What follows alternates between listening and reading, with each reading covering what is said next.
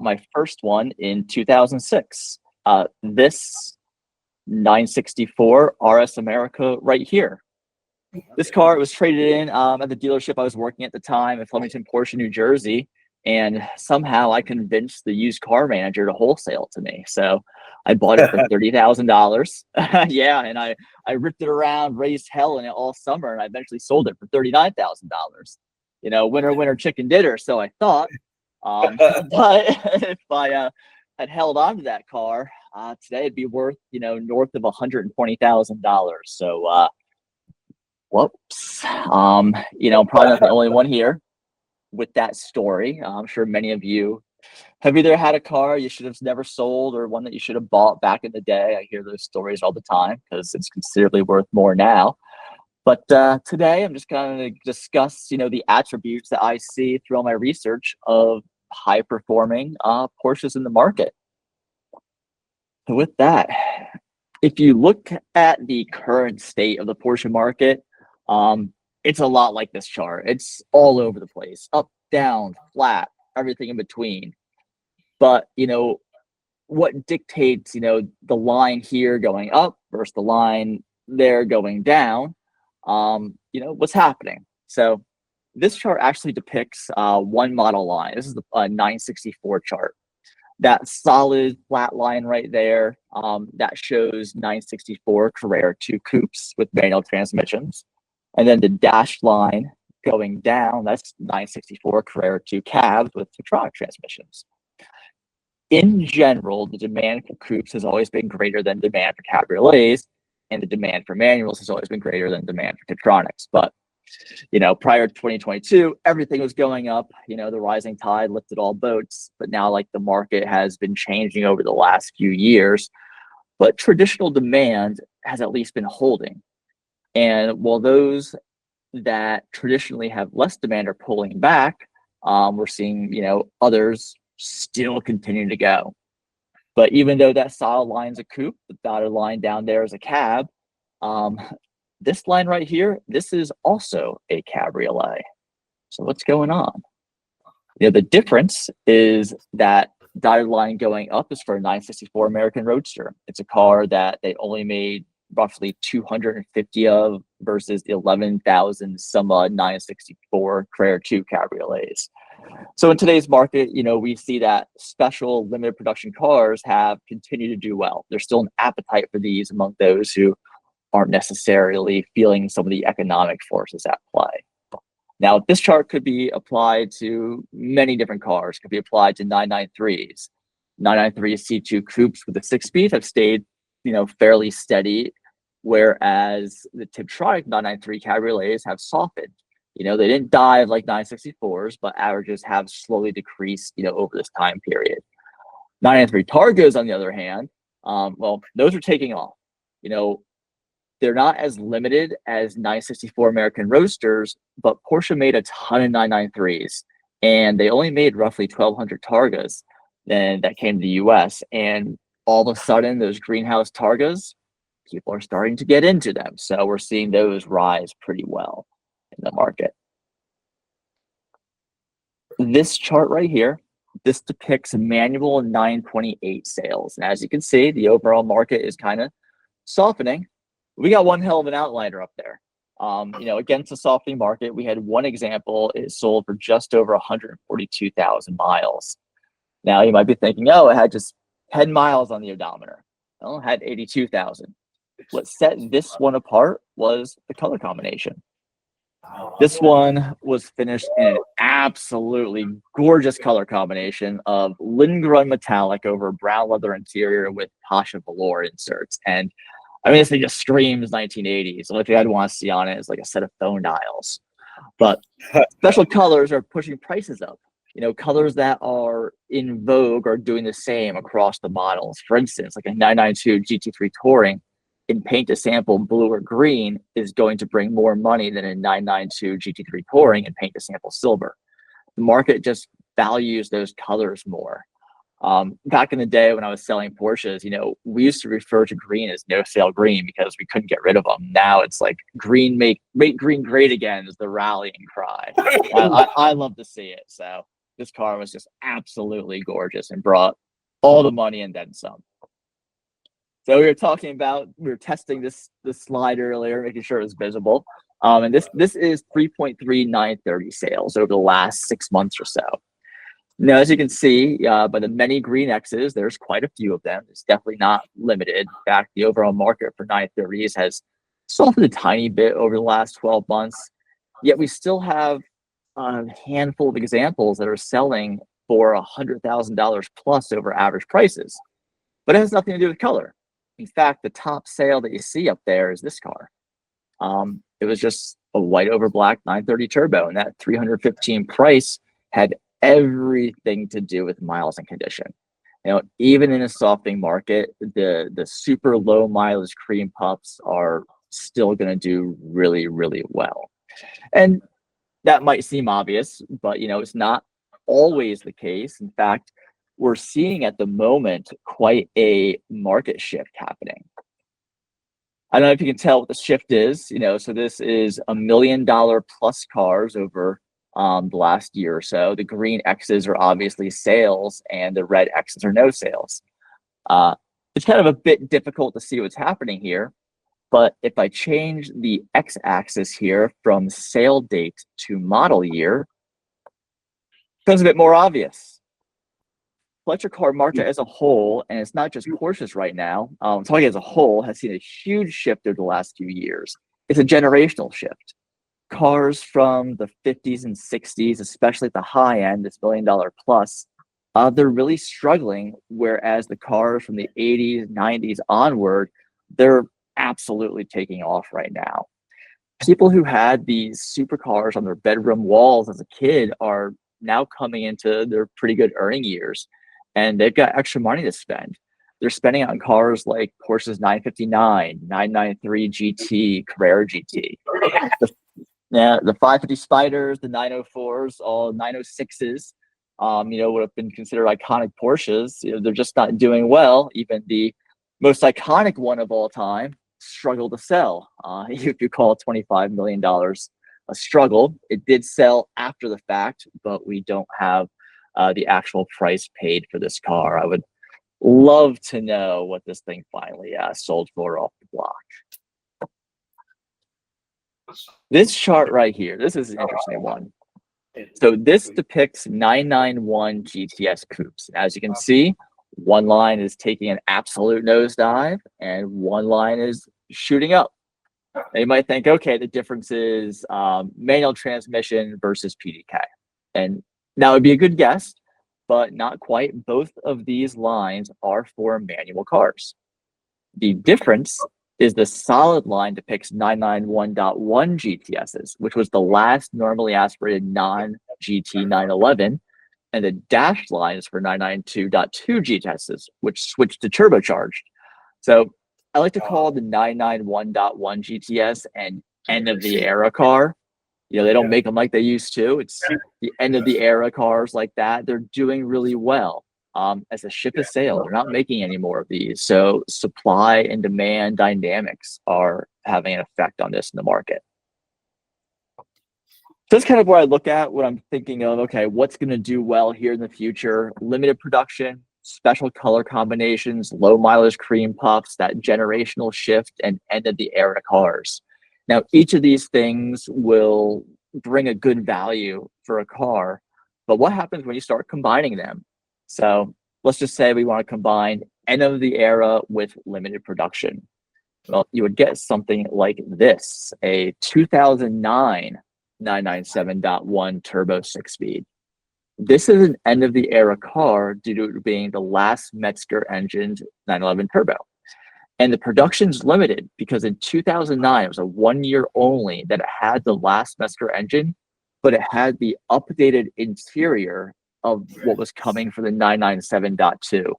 So 2009 manual turbos are doing extremely well in the market. David, could you go back 2 slides? Could you go back 2 slides, if you don't mind? Yep. One more. We want to take a picture. You can put up there. One more. One more. David. Thank you. Thanks. Could you go back one more from that? Yeah, there you go. That's the one he's looking for. He's been looking for 2 years, David. I bet. He's gonna use that in the dealership. Now I see why I can't find them. All right, keep going. This is great. Oh yeah. All right. Let's see. Okay. Let's do this. Limited production plus special color plus end of an era. I have an asterisk there because we're not 100% sure if this is the end of the era, but these are interesting cars that produced the 000 Boxster Spider. So these were super limited. In fact, I honestly don't know how many of them they made, but you also have special color as they were only offered in these 4 colorways right here. And then this could potentially be the end of the era car. As of now, the Boxster platform is getting sunsetted for the all-electric Boxster platform. So, you know, these could be the last manual, normally aspirated, end of an era roadsters that are super, super limited. And if you look on the chart, you can of course see which ones are the 000 Boxsters when it comes to 718 Spiders. They're the big ones. Now here's one, limited production, end of an era, generational shift, and special color. I don't have any data on what one of these would sell for because it hasn't. This is one of 19 paint to sample Carrera GTs. Manual V10 supercar, I mean, just peak analog. It's one of 5 PTS cars in white. And like I said, I have no chart for this one because I can only imagine the premium this would bring. You know, a low mileage Carrera GT recently sold at RM with sub 200 miles. It cracked the $2 million mark. So I would easily one of these $2 million plus, especially in white. White on the Carrera GT just looks hot. Well, that is pretty much the data I have prepared for you guys. Want to do a quick little show and tell.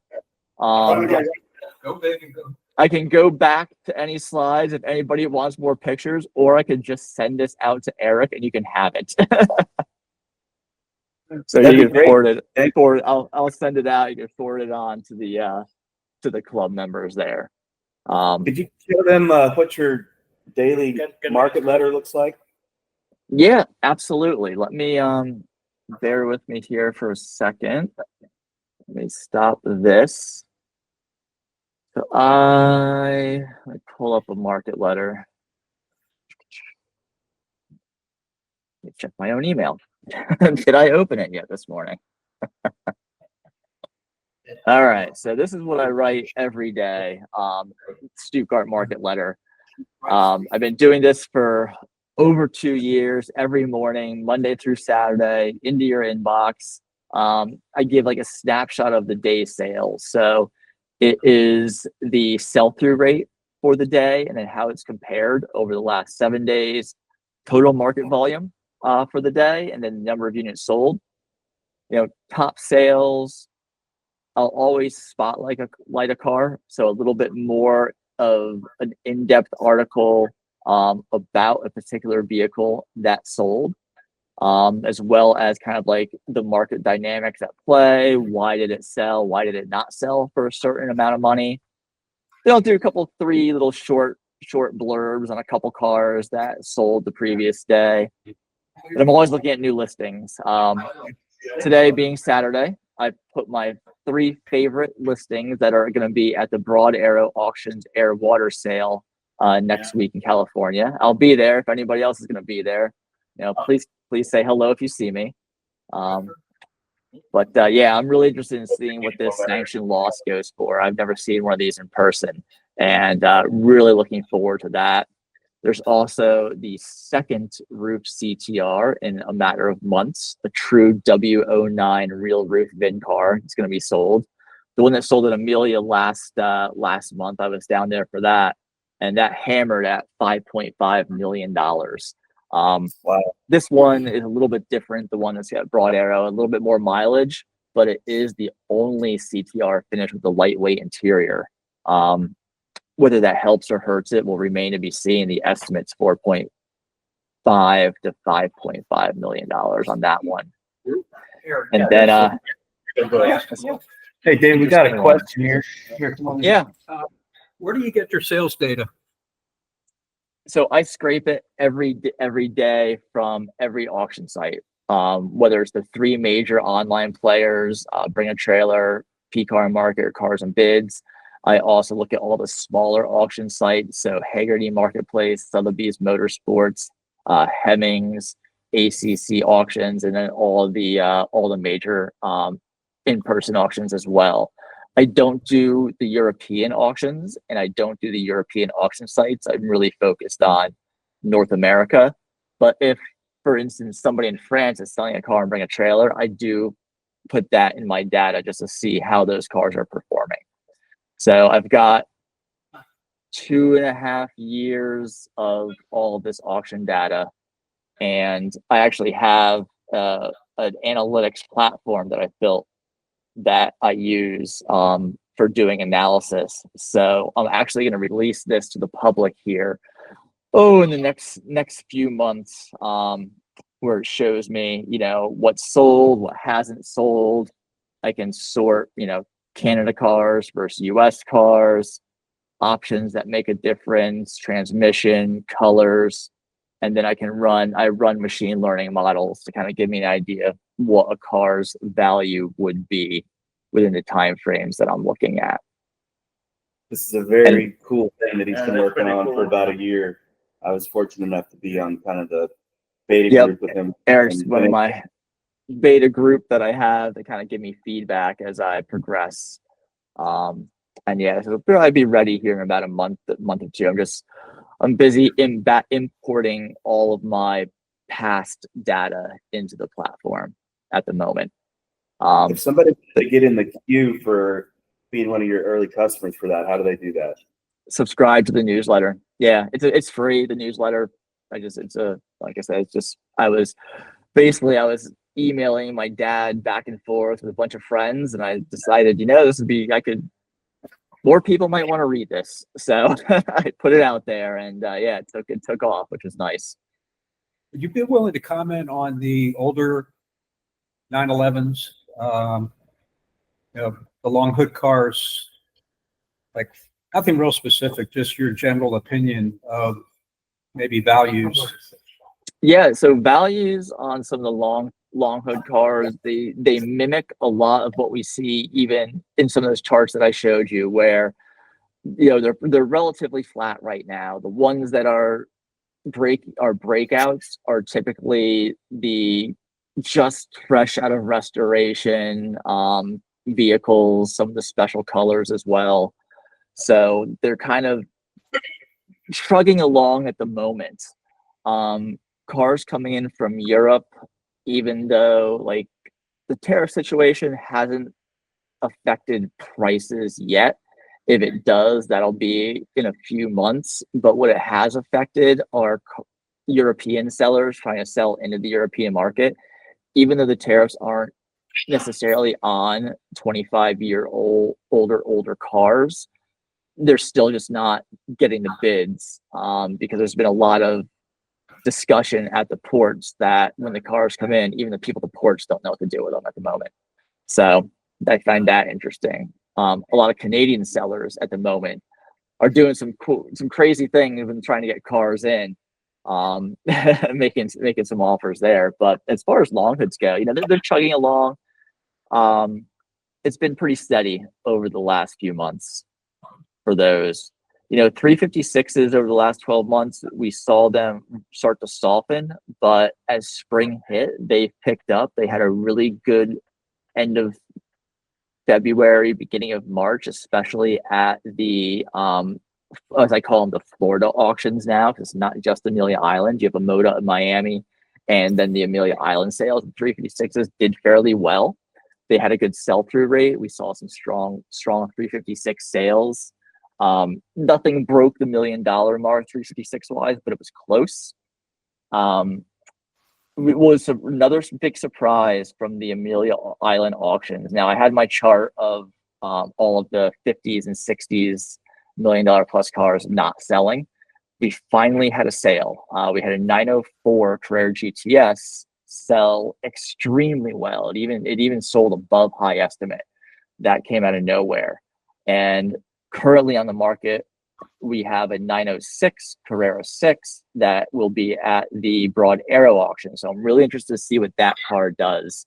It has like a high estimate of $1.9 million. It's a North American race car, so it's raced extensively here in the US. So if that does well, maybe maybe the generational shift thing might not be holding up as it has for the last few years. We'll see. You know, I always say one sale doesn't necessarily dictate a change in the market for those. Sure. Oh, yeah. Hey, David, it's Gunther. Hey, Hello. it looks like you're tracking the regular Porsche build cars. What's about back days or specially builds? So we're talking about Interworks, RWB, and all these. I mean, is that on your radar at all or not? 100%. Yep. So I haven't pushed so right now all of this data here is 996 forward, Boxster forward, but I have all the data in my spreadsheets about all the older cars. It just takes a long time to upload. But so as far as like the backdate cars, the Singers had a moment over the past 12 months where typically your 4-liter Singers are just over $1 million. Your older build, your 3.8-liter Singers are below $1 million. But we had 2 or 3 4-liter cars hammer below the $1 million mark. But just recently, since the Florida auctions, it looks like those are coming back. And I think it might have had a lot to do with there are a number of Singers privately on the market now. You know, for the amount that they've made, there's quite a few to choose from. So that probably had something to do with it. The DLS cars, you know, they're $3 million cars all day at the moment. They're not really fluctuating. And there's even a number of those that you can buy in the market, which I find interesting. But Gunther Work cars, you know, have been fairly steady. They only built 25 of them, if I remember correctly, for the different variations at least. And then the backdate, just a normal backdate car, those prices are usually dictated by engine size to kind of give you where they're going to hit on the chart. And then build quality and builder and freshness of build will then fall, like if they're higher in that 3.8 liter versus lower in the 3.8 liter range. And as I build out this product here that you see, I do break out backdates. I break out RWB, Singer, Gunther Works, Roof, Roof modified, and Roof manufactured, and then also by engine size as well, just because those are the points that really change the market price. Okay. Hope that answered your question. Or you're working on that data? I have all the data. So that is, I write about those in my market letter every day. Okay. Yep. Okay. Thank you. You're welcome. Will you find another RWB? No. It's three of them. What? He's trying to corner the RWB market himself. Yep. Yeah, the RWB market, the cars that have built engines obviously do much better just because so many of them were just body kit and no real modifications. I don't count bolt-ons in that regards, like an exhaust or whatnot, but the ones that have like real built engines just seem to do much better. Obviously. Yep. Obviously. Yeah, I know. Obviously. But you do have the sellers with just bolt-ons who are like, why isn't mine bringing this money? Well, because you just put an exhaust on it, sir. David, any value change on the base 991.1 that you can see long term, the 991.1 base? Let me look. Who would own one of those? It's going to be worse for us in 2 years.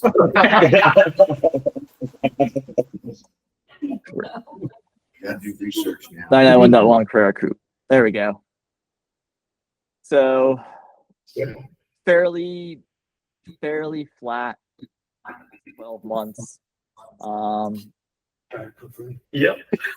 Your PCCB, there's only one PCCB car, didn't sell. take out the modified cars. Not a whole lot of modified cars on those, which is good to see. Your cars that are doing the high prices, you got a silver car there. This car, 70,000 miles, blue, Luxor beige, standard option, no accident. 2013 car did well. What was this one? Silver with a platinum gray interior. No accident, standard. Yeah, it seemed to be pretty flat. Obviously, miles, you can see as miles go down, price goes down. This one looks like it was quite a deal.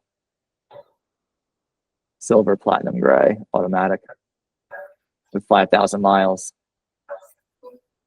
Somebody got a good deal on that one. Strong sell-through rate on these, which is good to see. Yeah. Drive it like you stole it. Miles don't seem to matter much on that, though, does it? No, not until you start getting up towards the 90. Yeah. 90 or 100. Yep. This is like a good group here. You see that 50, you see the drop at 50. Yeah. You always see steps.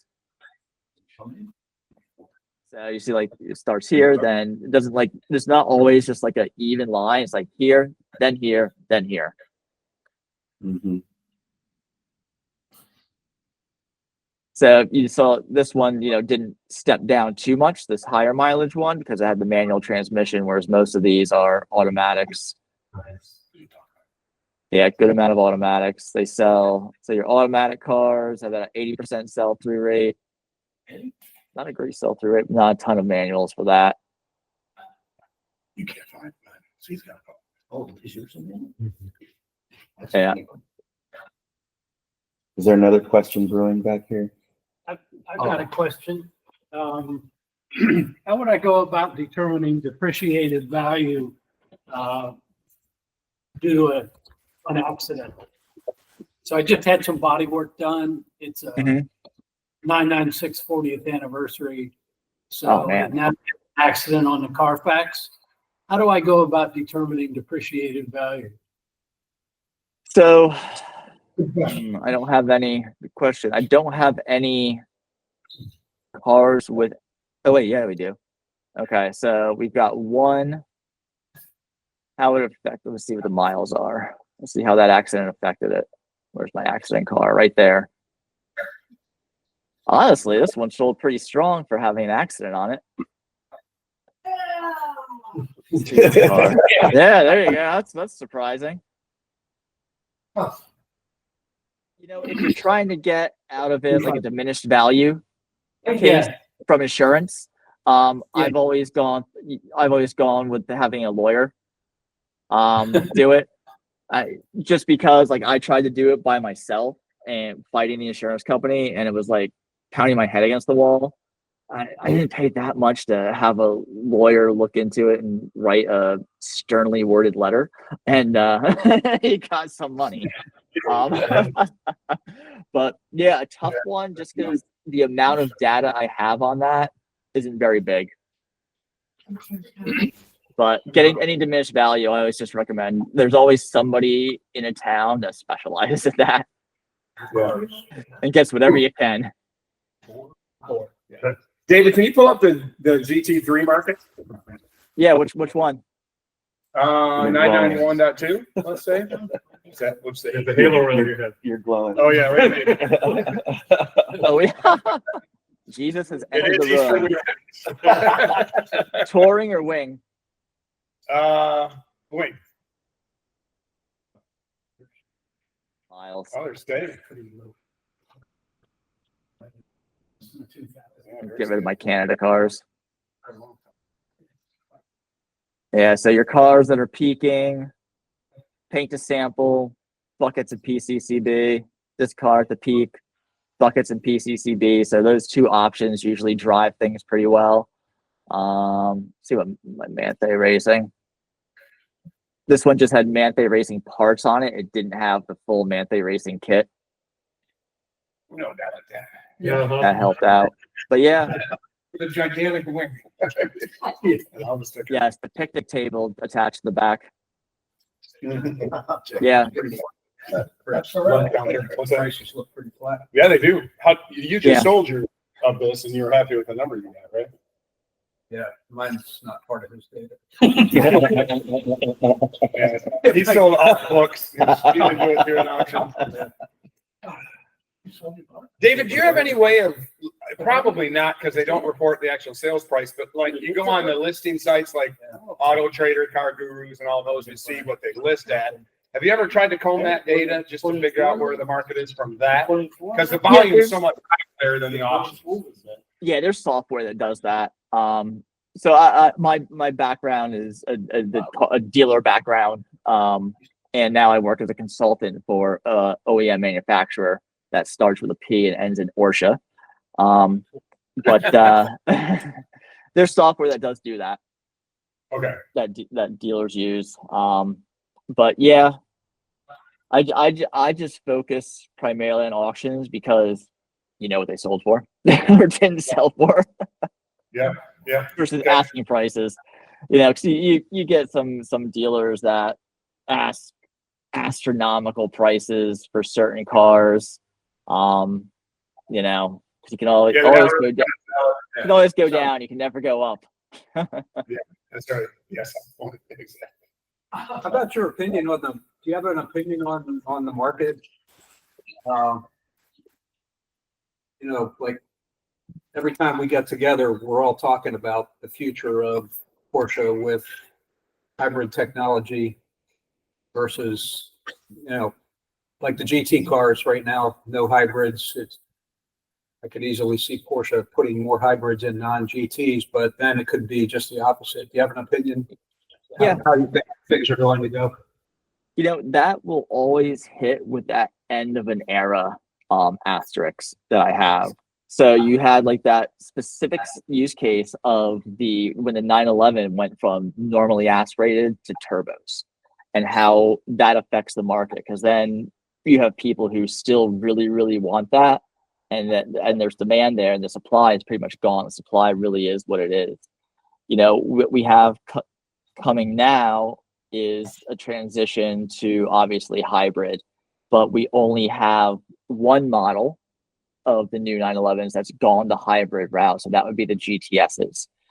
The 992.1 GTSs are still going to depreciate just because they're newer, but they'll hit their floor sooner and start to rise versus a 992.1 S or base car, because the 992.2 S and base car is not hybrid yet, but that remains to be seen. With what's going to happen with the 718 Boxster Spider, it's really, and just came into the line in general, with it going to electric, it's not 100% that line is going to electric. Right now it is that it will be offered in electric. They might have a new one. I am not privy to future product planning whatsoever. I have zero idea. That's not in my wheelhouse with consulting. But yeah, it all depends on what that last of the generation is, you know. But it'll take some time for those cars to hit a floor, but they'll hit that floor much quicker, or they'll bounce off that floor much quicker than your ones that aren't a last generation. Those will continue to depreciate. Thank you. Yep, absolutely. Anybody else have any thoughts or questions?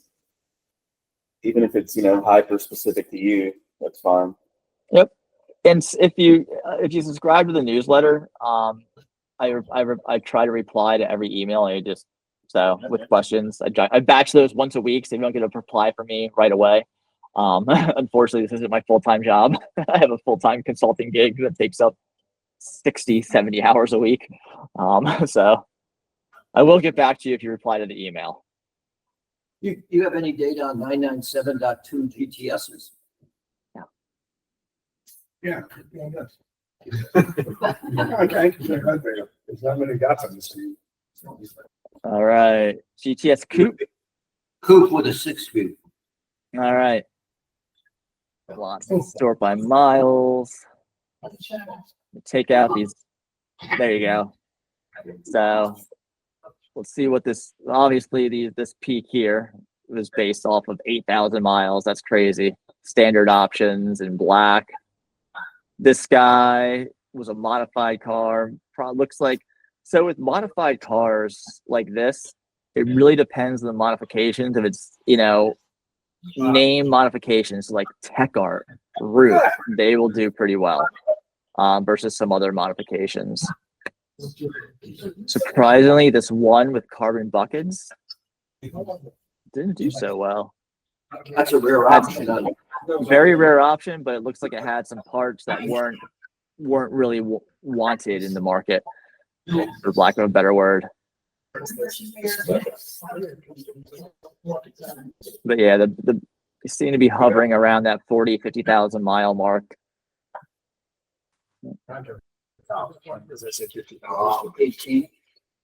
About 50,000 miles on the.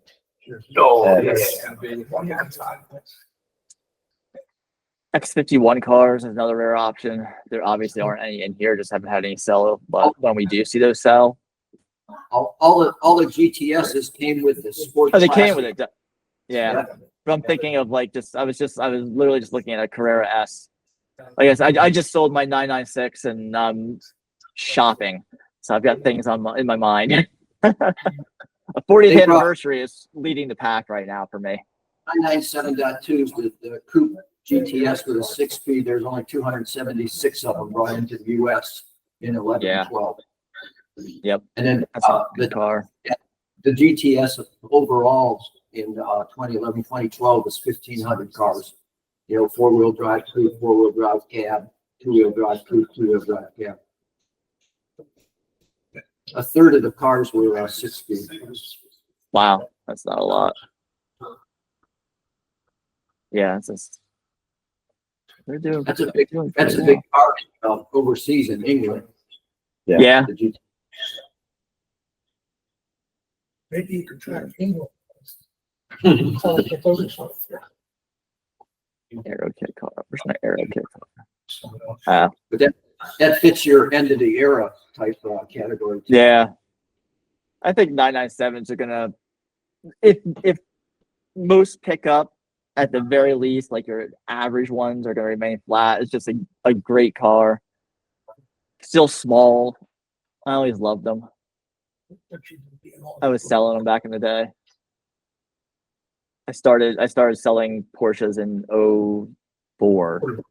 Good old Flemington Porsche, New Jersey. So that was the end of the 996, beginning of the 996. Yep. Yep. Yep.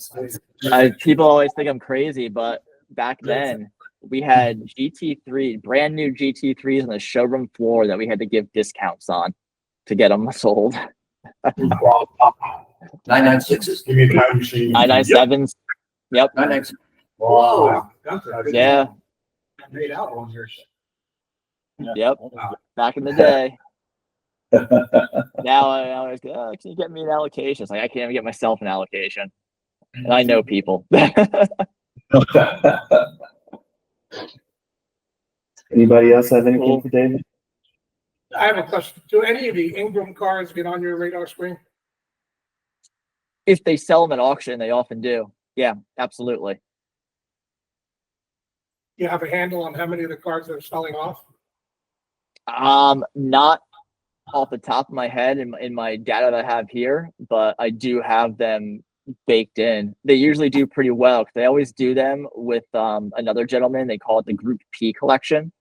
And those cars, and they do well because not because it's attached. I'm talking the newer stuff, like not their older restoration they do, but like it's not because they're attached to the Ingram name.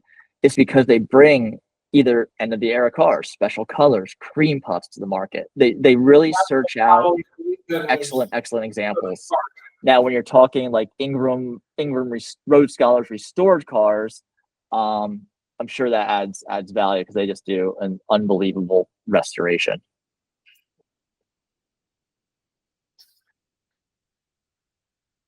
Any other questions? I appreciate you guys, everybody having me, letting me ramble on about the Porsche market.